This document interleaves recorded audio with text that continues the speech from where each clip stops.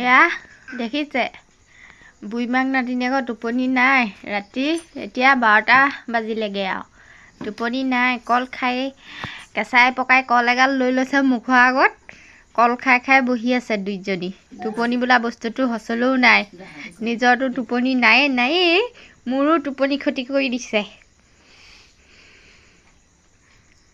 জাহাজী কল কেনেকৈ খাইছে দেখিছে কলৰ খক লাগি আছিলে সেইটো কথা ৰাতিয়ে উলিয়াই লৈছে কেঁচাই পকাই এগাল খাবলৈ